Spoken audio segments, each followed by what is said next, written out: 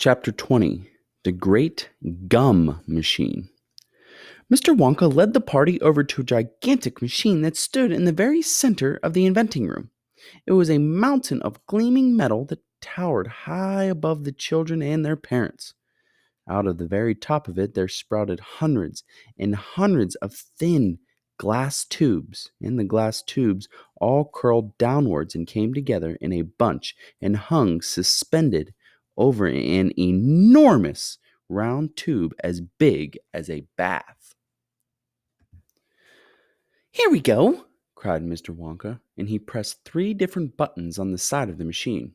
A second later, a mighty rumbling sound came from inside it, and the whole machine began to shake most frighteningly, and steam began hissing out of it all over.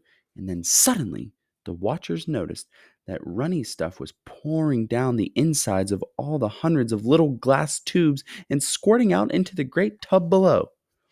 And in every single tube was runny stuff of a different color, so that all the colors of the rainbow, and many others as well, came sloshing and splashing into the tub.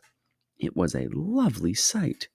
And when the tub was nearly full, Mr. Wonka pressed another button, and immediately the runny stuff stopped running out of the tubes. The rumbling sound disappeared, and a whizzing, whirring noise took its place, and then a giant whizzer started whizzing round inside the enormous tub, mixing up all the different colored liquids like an ice cream soda. Gradually, the mixture began to froth. It became frothier and frothier, and it turned from blue to white to green to brown to yellow, then back to blue again. "Watch!" said Mr. Wonka. Click went the machine, and the whizzer stopped whizzing.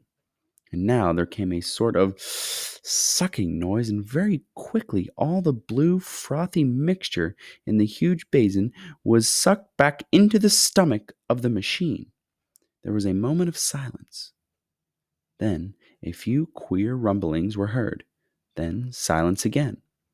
Then, suddenly, the machine let out a monstrous, mighty groan, and at the same moment a tiny drawer, no bigger than the drawer in a slot machine, popped out of the side of the machine, and in the drawer there lay something so small and thin and gray that everyone thought it must be a mistake. The thing looked like a little strip of gray cardboard. The children and their parents stared at the little gray strip lying in the drawer. "You mean that's all?" said Mike Teavee, disgusted. "That's all?" answered Mr. Wonka, gazing proudly at the result. "Don't you know what it is?" There was a pause. Then suddenly, Violet Beauregarde, the goofy gum-chewing girl, let out a yell of excitement. "By gum, it's gum!" she shrieked. "It's a stick of chewing gum." "Right you are!" cried Mr. Wonka, slapping Violet hard on the back. "It's a stick of gum. It's a stick of the most amazing and fabulous and sensational gum in the world."